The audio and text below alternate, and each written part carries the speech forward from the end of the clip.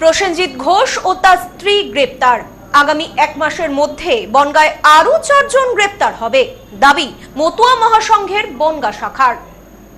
ভুয়ো SC certificate তৈরি করে রাজনৈতিক সুবিধা ভোগ করার অভিযোগে অবশেষে গ্রেপ্তার হলেন বনগাঁ তৃণমূল নেতা ও তার স্ত্রী। ধৃতদের নাম প্রসেনজিৎ ঘোষ এবং উমা ঘোষ। প্রসেনজিৎ বাবু বর্তমানে বনগাঁ পঞ্চায়েত সমিতির তৃণমূলের পূর্ত কর্মাধ্যক্ষ এবং উমাদেবী বনগাঁ ব্লকের ছয়ঘড়িয়া গ্রাম পঞ্চায়েতের প্রাক্তন তৃণমূল প্রধান। দীর্ঘ আন্দোলনের পর তাদের এই গ্রেপ্তারিকে নিজেদের নৈতিক জয় হিসাবে দেখছে সারা ভারত মতুয়া মহাসংঘ। শনিবার ধৃত দম্পতিকে বনগাঁ আদালতে তোলা হলে বিচারক তাদের 6 দিনের জন্য পুলিশি হেফাজতে রাখার নির্দেশ দিয়েছেন। সারা ভারত মতুয়া মহাসংঘের বনগাঁ মহকুমার সম্পাদক প্রসেনজিৎ বিশ্বাস এবং অফিস সম্পাদক সুভাষ মল্লিক সাংবাদিক বৈঠক করে অভিযোগ করেন, গত পঞ্চায়েত নির্বাচনে উমা ঘোষ সাধারণ প্রার্থী হিসাবে ভোটে যেতেন, কিন্তু পরবর্তীতে পঞ্চায়েত প্রধানের পদটি তপশিলি জাতির জন্য সংরক্ষিত থাকায় সেই আসনটি দখল করার উদ্দেশ্যে বাগদা থানা এলাকার অন্য একটি পরিবারকে নিজের বাবা ও বোন হিসাবে দেখিয়ে মিথ্যা পরিচয়ের আশ্রয় নেন তিনি। নিজের 2 ভাই থাকা সত্ত্বেও উমাদেবী তার বংশতালিকায় তাদের কথা উল্লেখ করেননি। উমাদেবীর স্বামী প্রসেনজিৎ ঘোষ নিজেই ছয়ঘড়িয়া গ্রাম পঞ্চায়েতের প্রধান হিসাবে তার ভুয়ো বংশতালিকা সহ অন্যান্য নথি প্রত্যায়িত করেন। ফলস্বরূপ রাজনৈতিক প্রভাব খাটিয়ে আবেদনের মাত্র 1 দিনের মধ্যেই এসসি সার্টিফিকেট পেয়ে যান উমাদেবী এবং পঞ্চায়েত প্রধানের আসনে বসেন। প্রধান হবেন বলে 23/7 পরে 30/7 উনি এসসি সার্টিফিকেটের জন্য দরখাস্ত করেন এবং সেই দরখাস্তের মধ্যে প্রসেনজিৎ ঘোষ ওনার হাজব্যান্ড তিনি দিনেন প্রধান ছিলেন, তিনি সার্টিফিকেট দিয়েছেন এবং বংশতালিকা করে দিয়েছেন, যে বংশতালিকায় উমাদাস ঘোষের যে 2 জন ভাই আছে শিবনাথ দাস এবং রাম দাস, তাদেরকে বাদ দিয়ে বিশাখা দাস নামে একজন মানুষকে নিজের বোন বানিয়ে সার্টিফিকেট দিয়েছেন প্রসেনজিৎ ঘোষ। এবং প্রসেনজিৎ ঘোষই তার প্যাডে, তার যে প্রধানের প্যাডে সার্টিফিকেট করেছেন যে উমাদাস ঘোষ রাজবংশী, যার জন্যই তো ঋষি দাস, যার জন্য আজকে প্রসেনজিৎ ঘোষ একদম প্রমাণিত সত্য। আমাদের কাছে সমস্ত ডকুমেন্ট আছে। এই ইনভেস্টিগেশন 100% ইনভেস্টিগেশন আমরা মতুয়া মহাসংঘের লোকজন আমরা করেছি।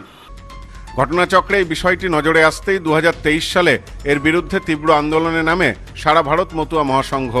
তথ্য জানার অধিকার আইনে আরটিআই করে খতিয়ান ও বিভিন্ন উৎস থেকে খোঁজ নিয়ে তারা এই জালিয়াতি সামনে আনেন। এরপর বিষয়টি হাইকোর্টে উঠলে আদালতের নির্দেশে তদন্ত শুরু করে প্রশাসন। সংঘের দাবি, তদন্তে দোষ প্রমাণিত হওয়ায় 2025 সালের 2রা জুন উমাদেবীর সার্টিফিকেট বাতিল করা হয় এবং 3রা জুন তার বিরুদ্ধে বনগাঁ থানাকে এফআইআর করার নির্দেশ দেন মহকুমা শাসক। যদিও তৎকালীন থানার আধিকারিক এ ব্যাপারে কোনো পদক্ষেপ করেননি বলে অভিযোগ। ভুয়ো কাস্ট সার্টিফিকেটটা এটা আমাদের কোনো ব্যক্তিকেন্দ্রিক লড়াই নয়, সমাজকে রক্ষা করার জন্য এবং আগামীতে এই নেক্সট প্রজন্ম যাতে বিপন্ন না হয়, তারা যাতে ডিপ্রাইভ না হয়, তার জন্যই মতুয়া মহাসংঘের যে বনগাঁ মহকুমা কমিটির এই লড়াই। এবং এই ইতিমধ্যেই আরও 4 জনের নামে ইতিমধ্যেই হাইকোর্টে তাদের কেস পেন্ডিং আছে। শঙ্কর আড্ড, ঋতুপর্ণ আড্ড, অমিতাভ দাস এবং পীযূষ সাহা। যেহেতু সেটা পেন্ডিং আছে এবং এই সামার ভ্যাকেশনের পরে কোর্ট অর্ডার দিয়েছে, ওটা আমরা লিস্টেড হবে, ফাইনাল হবে। তবে এই সময় ব্যক্তিগত সমস্যার কারণ দেখিয়ে প্রধানের পদ থেকে ইস্তফা দেন উমাদেবী। এর প্রায় 1 বছর কেটে যাওয়ার পর গত 4 মে মতুয়া মহাসংঘ পুনরায় বনগাঁর পুলিশ সুপারের দ্বারস্থ হয়ে এ ব্যাপারে পদক্ষেপের দাবি জানায়। অবশেষে পুলিশ সুপারের নির্দেশে গত 25 মে প্রসেনজিৎ ঘোষ ও উমা ঘোষের বিরুদ্ধে এফআইআর দায়ের হয়। সেই অভিযোগের ভিত্তিতে 29 মে শুক্রবার রাতে তাদের 2 জনকে গ্রেপ্তার করে বনগাঁ থানার পুলিশ। শনিবার তাদের বনগাঁ মহকুমা আদালতে তোলা হয়। তদন্তের স্বার্থে পুলিশের আবেদনের ভিত্তিতে বিচারক তাদেরকে 6 দিনের জন্য পুলিশি হেফাজতে পাঠানোর নির্দেশ দেন। এ ব্যাপারে প্রসেনজিৎ ঘোষ জানান, মতুয়া মহাসংঘের অভিযোগের ভিত্তিতে গ্রেপ্তার করা হয়েছে। প্রশাসনের ওপর আস্থা আছে, আশা করি তদন্তে সঠিক বিষয় উঠে আসবে। একটা কাস্ট সার্টিফিকেট নিয়ে মতুয়া মহাসংঘের পক্ষ থেকে একটা অভিযোগ জানানো হয়েছে, সেই অভিযোগের ভিত্তিতে গ্রেপ্তার করা হয়েছে। বলছি যে আপনি অনৈতিকভাবে প্রভাব খাটিয়ে এসসি কার্ড তৈরি করেছেন, অল ইন্ডিয়া মতুয়া মহাসংঘ থেকে বলা হচ্ছে। এটা তো তদন্ত করে দেখা হবে। এখন সেটা তদন্ত অনুযায়ী যেটা বিবেচনা হবে সেটাই। উমাদেবী বলেন, ভুল করলে আইন বিচার করবে, আর ভুল না করলে আইন পাশে থাকবে। যারা করেছে তারাই এটা করছে। রাজনৈতিক অভিযান্ত্রী বলে মনে করছেন? অবশ্যই আমরা কেমন তা সবাই জানে।